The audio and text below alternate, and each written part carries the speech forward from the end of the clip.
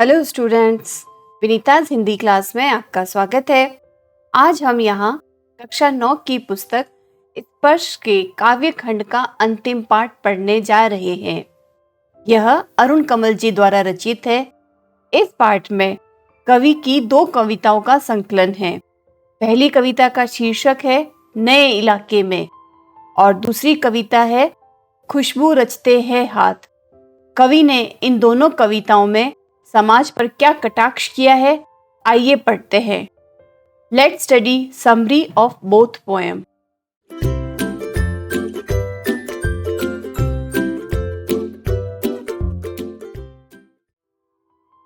सबसे पहले हम पढ़ते हैं लेखक अरुण कमल जी का जीवन परिचय। अरुण कमल जी का जन्म स्थान बिहार का रोहतास जिला था और जन्म 15 फरवरी 1954 को हुआ था। ये 8वें दशक के प्रमुख कवि, लेखक और संपादक हैं। इन्हें साहित्य अकादमी पुरस्कार से भी सम्मानित किया गया है। जीवन परिचय के बाद अब आते हैं पाठ परिचय की तरफ। तो इस पाठ की पहली कविता नए इलाके में एक ऐसी दुनिया में प्रवेश का आमंत्रण है जो एक ही दिन में पुरानी पड़ जाती है।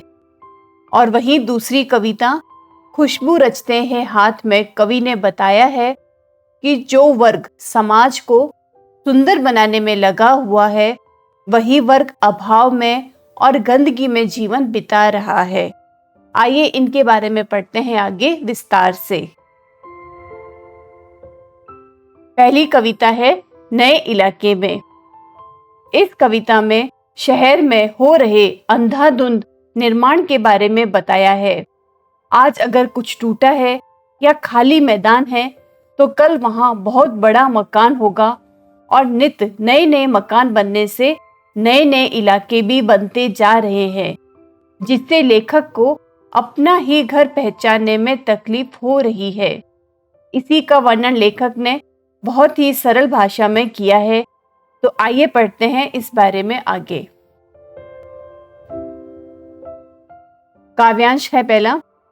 इन नए बसते इलाकों में जहां रोज बन रहे हैं नए नए मकान, मैं अक्सर रास्ता भूल जाता हूँ। तो यहाँ कवि कहता है कि शहर में नए मोहल्ले रोज ही बसते हैं। ऐसी जगहों पर रोज नए नए मकान बनते हैं और रोज रोज नए बनते मकानों के कारण कोई भी व्यक्ति ऐसे इलाके में रास्ता भूल जाता है।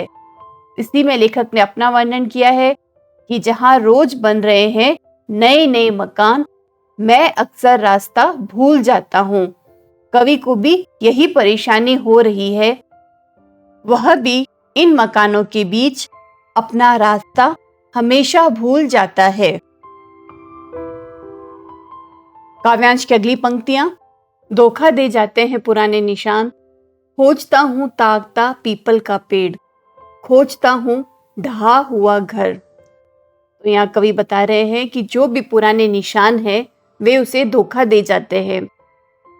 जैसे हम भी कहीं जाने के लिए माइंड में कुछ न कुछ निशान रखते हैं किसी लैंडमार्क को पता करने के लिए, तो कवि ने भी इसी तरीके से एक पीपल का पेड़ का निशान बना रखा था अपने दिमाग में, उस एक ढहे हुए घर को ढूंढने के लिए, गिरे हुए घर को ढूंढने के लिए। कवि कह रहा है कि जो पुराने निशान हैं वे धोखा दे जाते हैं, क्योंकि कुछ पुराने निशान तो सदा के लिए मिट जाते हैं। उनके साथ तो अक्सर ऐसा होता है कि वह अपना रास्ता ढूंढने के लिए पीपल के पेड़ को खोजता है, परंतु हर जगह मकानों के बनने के कारण उस पीपल के पेड़ को काट दिया गया है। फिर कवि पुराने गिरे हुए मकान को ढूंढता है, परंतु वह भी उसे अब कहीं नहीं दिखता। और जमीन का खाली टुकड़ा जहां से बाएं मुड़ना था मुझे, फिर 2 मकान बाद बिना रंग वाले लोहे के फाटक का घर था एक मंजिला। तो कवि अपनी खोज में आगे बढ़ता हुआ कह रहा है, जैसे पहले उसने पीपल के पेड़ को ढूंढा, फिर एक गिरे हुए से मकान को खोजता हुआ आगे बढ़ रहा था, अब उसे अपना मकान ढूंढने के लिए जमीन का एक खाली टुकड़ा ढूंढना था जहां से उसे बाएं मुड़ना था। उसे जमीन के खाली टुकड़े के पास से बाएं मुड़कर 2 मकान के बाद बिना रंग वाले लोहे के दरवाजे वाले 1 मंजिले मकान में जाना होता था। कहने का तात्पर्य यह है कि कवि को अब बहुत से मकानों के बन जाने से घर का रास्ता ढूंढने में अत्यधिक परेशानियों का सामना करना पड़ रहा है और मैं हर बार एक घर पीछे चल देता हूँ या 2 घर आगे ठकमकाता। ठकमकाता होता है धीरे धीरे या डगमगाते हुए। कवि अपने घर जाते हुए हर बार या तो एक घर पीछे ठहर जाता है या फिर डगमगाते हुए अपने घर से 2 घर आगे बढ़ जाता है। वह अपना मकान या घर पहचान नहीं पा रहा है। यहाँ रोज कुछ बन रहा है, रोज कुछ घट रहा है। यहाँ स्मृति का भरोसा नहीं। स्मृति कहते हैं याद को। तो लेखक कह रहा है कि यहाँ पर हर रोज कुछ नया ही बन रहा है, कुछ रोज मिटाया जा रहा है। एक बिल्डिंग बन रही है तो दूसरी मिटाई जा रही है। वहां पर अपने घर का रास्ता ढूंढने के लिए आप अपनी याददाश्त पर भरोसा नहीं कर सकते। जैसे उसकी याद में वो पीपल का पेड़ था, वह गिरा हुआ मकान था, तो उसके भरोसे वह अब अपना मकान नहीं ढूंढ सकता। एक ही दिन में पुरानी पड़ जाती है दुनिया। जैसे बसंत का गया पतझड़ को लौटा हूँ, जैसे बैसाख का गया भादों को लौटा हूँ। अब यही है उपाय कि हर दरवाजा खटखटाओ और पूछो, क्या यही है वो घर? तो यहाँ लेखक कह रहा है कि एक ही दिन में सब कुछ बदल जाता है, दुनिया पुरानी पड़ जाती है, क्योंकि नित नई कोई चीजें बनती जाती है।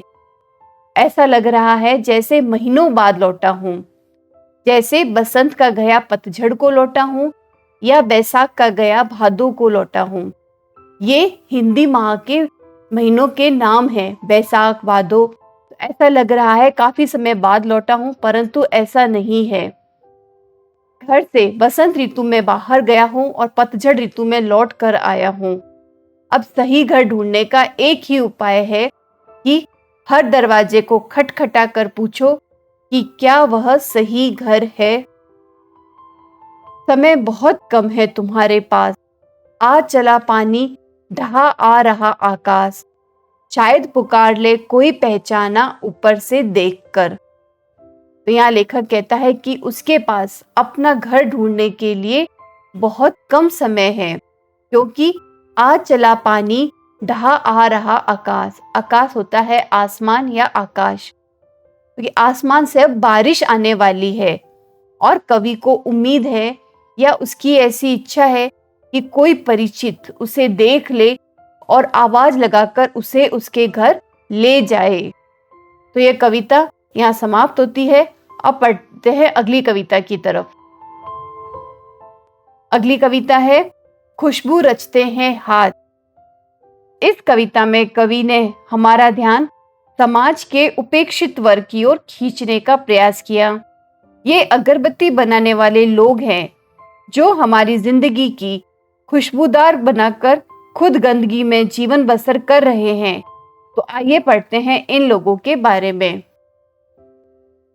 काव्यांश की पहली लाइनें हैं, कई गलियों के बीच, कई नालों के पार, कूड़े करकट के ढेरों के बाद, बदबू से फटते जाते इस टोले के अंदर, खुशबू रचते हैं हाथ, खुशबू रचते हैं हाथ।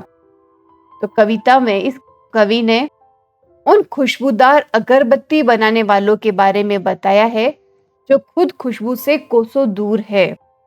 ऐसा कवि ने इसलिए कहा है क्योंकि कई गलियों के बीच और कई नालों के पार, कूड़े करकट के ढेरों के बाद, क्योंकि अगरबत्ती का कारखाना अक्सर किसी तंग गली में, सड़कों के किनारे, नालों के आसपास वहां कहीं होता है। उस तरह से बदबूदार कूड़ों के ढेर के समीप इनके कारखाने होते हैं, परंतु वहां रहकर भी ये लोग खुशबू रचते हैं हाथ, खुशबू रचते हैं हाथ।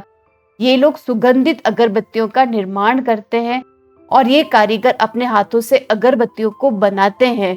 तो इनके ये हाथ खुशबू का निर्माण करते हैं, उसको रचते हैं। उभरी नसों वाले हाथ, घिसे नाखूनों वाले हाथ, पीपल के पत्ते से नए नए हाथ, जूही की डाल से खुशबूदार हाथ।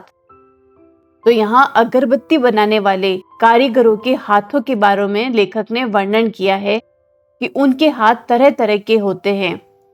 किसी के हाथों में उभरी नसें होती है, किसी के नाखून घसे हुए होते हैं और पीपल के पत्ते से नए नए हाथ, जूही की डाल से खुशबूदार हाथ। तो यहाँ लेखक ने कहा है कि कुछ बच्चे भी काम करते हैं जिनके हाथ पीपल के नए पत्तों की तरह कोमल होते हैं, मुलायम होते हैं। और कुछ कम उम्र की लड़कियां भी होती हैं जिनके हाथ जूही के फूल की डाल की तरह खुशबूदार होते हैं। गंदे कटे पिटे हाथ, जख्म से फटे हुए हाथ, खुशबू रचते हैं हाथ, खुशबू रचते हैं हाथ। और इसमें आगे बताते हैं कवि कि कुछ कारीगरों के हाथ गंदे कटे पिटे होते हैं और किसी के चोट के कारण फटे हुए होते हैं, परंतु दूसरों के लिए खुशबू बनाने वाले हाथ खुद न जाने कैसी कैसी तकलीफों का सामना करते हैं। यहीं इस गली में बनती है मुल्क की मशहूर अगरबत्तियां। इन्हीं गंदे मोहल्लों के गंदे लोग बनाते हैं केवड़ा, गुलाब, खस और रात रानी अगरबत्तियां। तो इसी तंग गली में बनती है मुल्क होता है देश, देश की मशहूर अगरबत्तियां। प्रसिद्ध अगरबत्तियां यहीं बनती है। उस गंदे मोहल्ले के गंदे लोग या गरीब लोग केवड़ा, गुलाब, खस और रात रानी की खुशबू वाली अगरबत्तियां बनाते हैं। दुनिया की सारी गंदगी के बीच दुनिया की सारी खुशबू रचते रहते हैं हाथ, खुशबू रचते हैं हाथ और खुशबू रचते हैं हाथ। तो यह एक विडंबना है कि दुनिया की सारी खुशबू उन गलियों में बनती है जहाँ दुनिया भर की गंदगी समाई होती है। दुनिया भर की गंदगी से तात्पर्य बहुत ज्यादा गंदगी वहां समाई है और वहीं के लोग हमारे लिए खुशबू बना रहे हैं। तो स्टूडेंट्स, यह पाठ आपको समझ आया होगा। दोनों कविताएं बहुत अच्छी थी। वीडियो अच्छा लगे तो प्लीज लाइक और शेयर करें और चैनल सब्सक्राइब करना ना भूलें। आपके कमेंट्स का भी इंतजार रहेगा। अगले वीडियो में हम इसके प्रश्नोत्तर करेंगे। तब तक stay connected. Thank you and all the best.